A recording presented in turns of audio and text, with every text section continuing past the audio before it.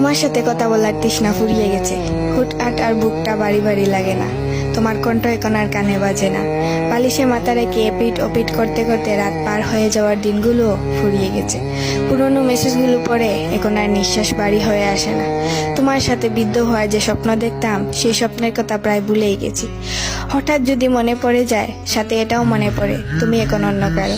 ডায়েরির বাজে লুকিয়ে রাখা তোমার ছবিটায় ধুলো জমে গেছে। এখন আর পুরনো কোনো অ্যালবাম গিয়ে তোমাকে দেখে ঘন্টা কাটিয়ে দেই না। মোবাইলটা হাতে নিলেই তোমার আইডিতে গিয়ে উকি মারার অভ্যাসটাও বদলে গেছে। বন্ধু মহলে তোমার নাম নিয়েও আর কিছু বলা হয় না।